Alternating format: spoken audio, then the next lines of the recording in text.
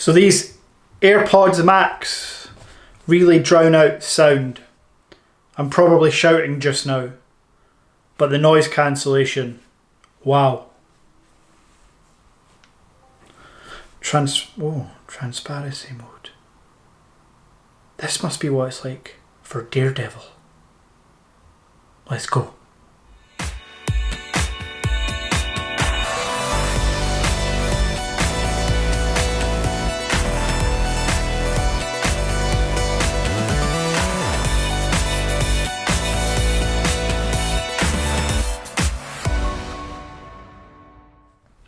So here we are, back with another review of another Apple product, hashtag Apple fanboy, and today we're looking at the AirPod Max headphones. So a couple of things I want to clear up right at the very start. AirPod Max.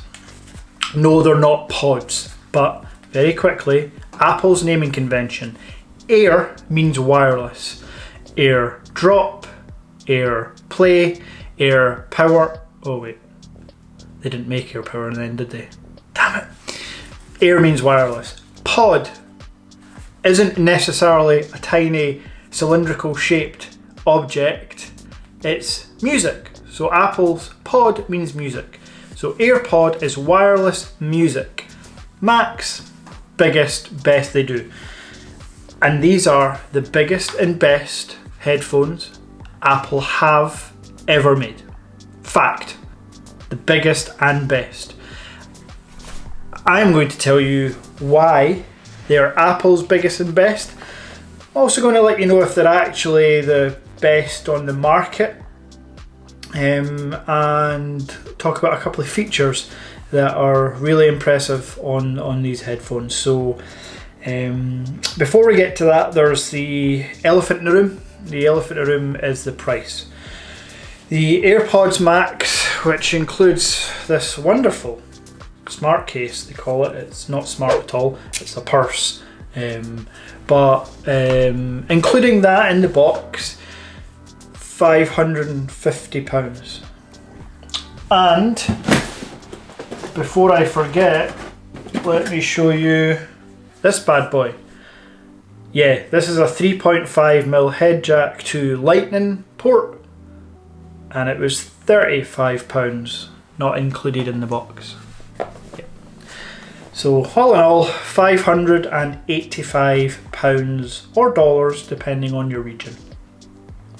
So that's really expensive. That's the most I've ever paid for a pair of headphones. I can show you the previous pair of headphones that I've been rocking for a year and a half now. These AKG noise cancelling headphones, what are these, the N60s? I got these when I got these when I betrayed Apple and got the Samsung Galaxy Note 10 Plus 5G. Wow, that's a mouthful. So I got these in a deal. They were originally £250. But when you bought a Samsung device, you got 50% off in the store, and they had an extra 30% off. So ultimately I got these for £80, and they have been magnificent for on-ear. They're not over-ear headphones, they're on-ear headphones. So the noise cancellation was average, but certainly not good or great. The AirPods Max, so those were £80. For an extra £500, you can get the AirPods Max, which are the over-ear, and they really do go over your ear, and that suction you get when it's on is not uncomfortable. In fact, on the contrary, but that suction really cancels out everything. And that brings me on to the first key feature about the AirPods Max, and that is the noise cancellation.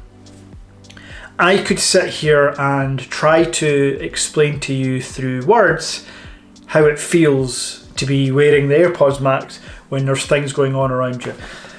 I'll try and depict it as best I can. I have two kids who love watching either the TV or an iPad or device, or play with toys or bang around, or think every implement in the kitchen is an instrument.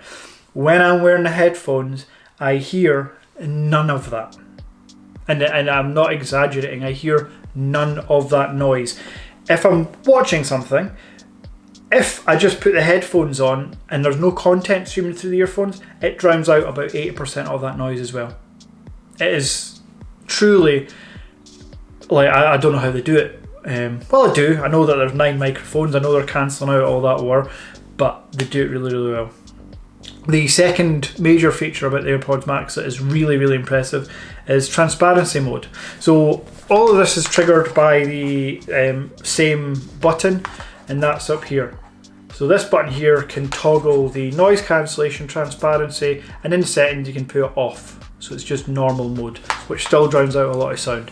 But transparency mode uses the 9 microphones situated all around the headphones.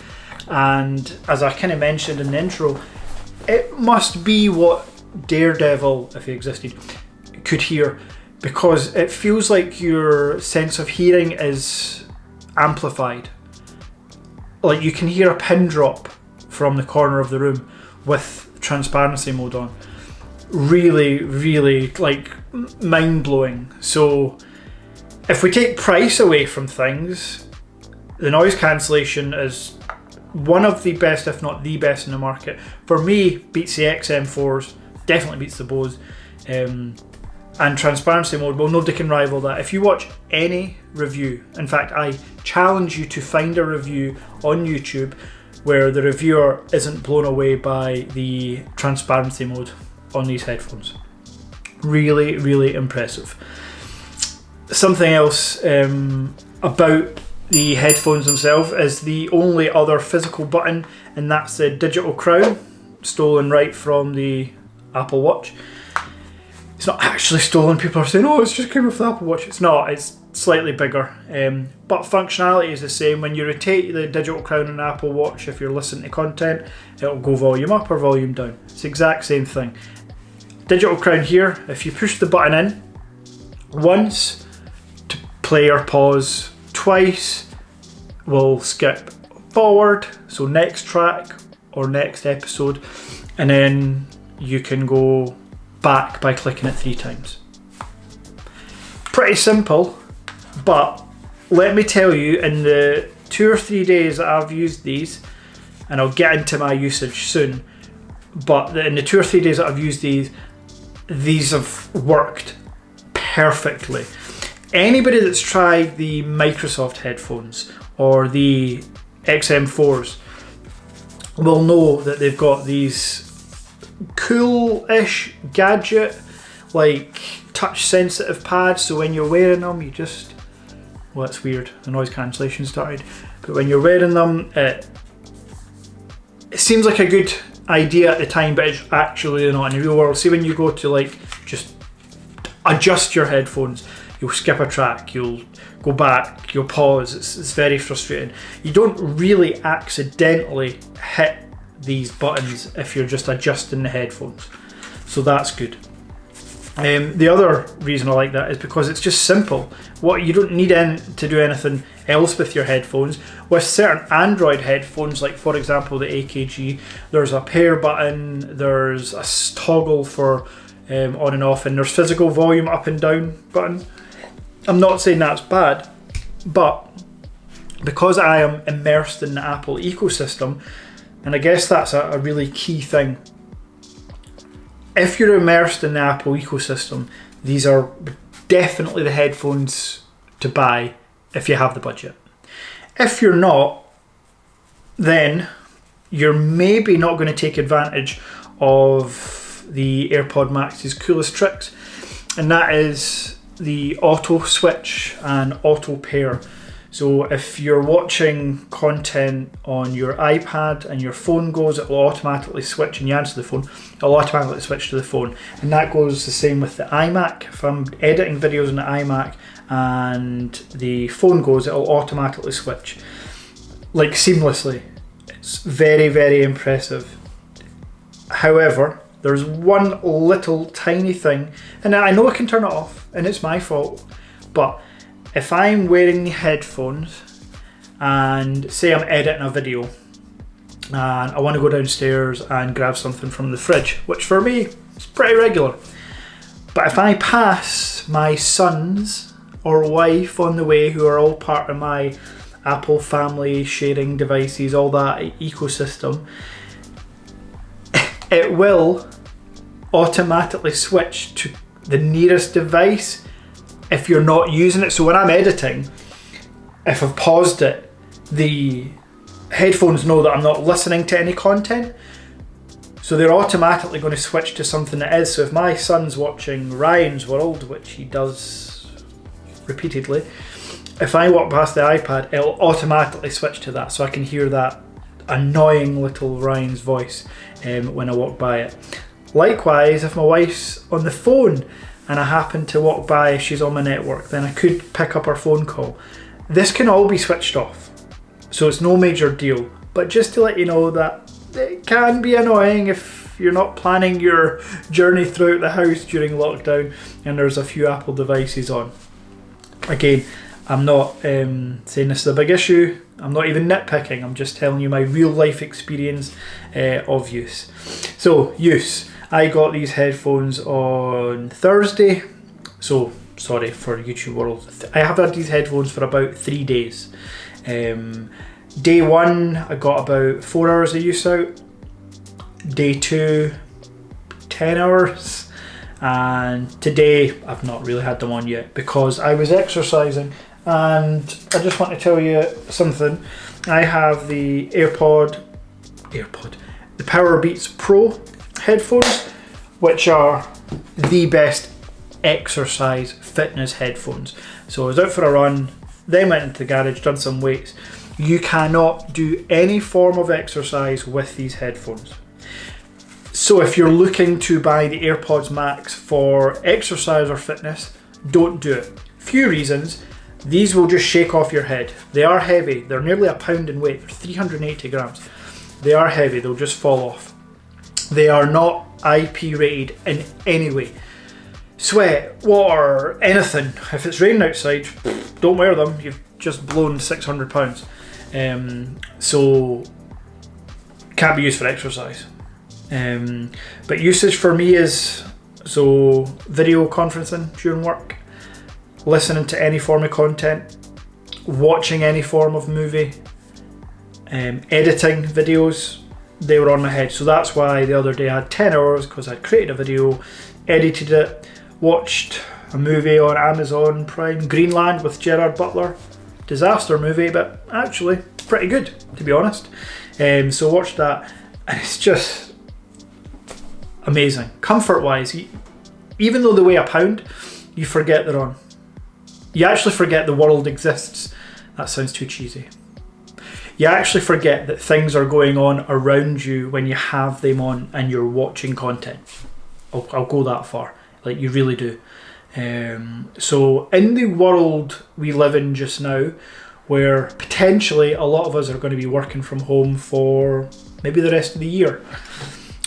For a long time we may not be able to go out, go to the cinema, do whatever we want to do. These headphones are expensive, but if you work out how many hours you could potentially use the headphones for and what you're going to use them for, you could probably justify treating yourself a bit to get these.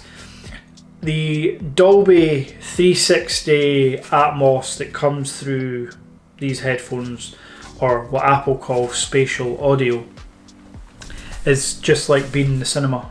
It's got full 360 sound. Again, I can't show you this or let you hear this, but take my word for it, it works. If something running from behind to forward, you'll hear it go right by your left ear, or if they're coming from the right, it'll go by your right ear. The headphones just work.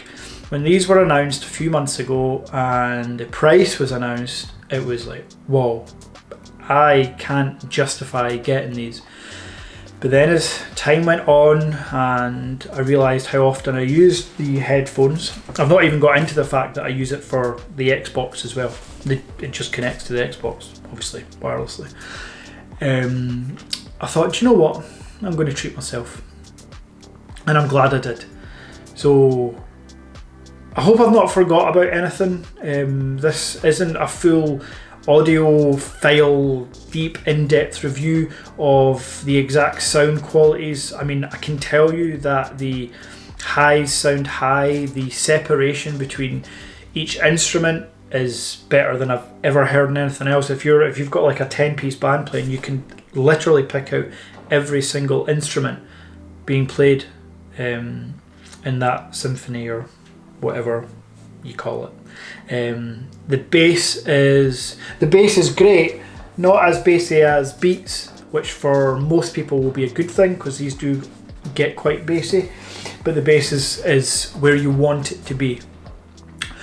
Distortion, zero distortion at full volume. Do not put these to full volume because your ears will blow, but there's no distortion. So sitting at 80% volume for a movie is just the best experience you can get, bar going to the cinema. I'd actually argue I prefer to be in my house than the cinema, to be fair. So yeah. Other than the price, which again I've kind of almost tried to justify to myself and my wife, there's no negatives. Just really impressed with these headphones. So yeah, if you've liked this review, please check my channel out and watch more. But if you've not, that's okay. Let me know in the comments. Take care.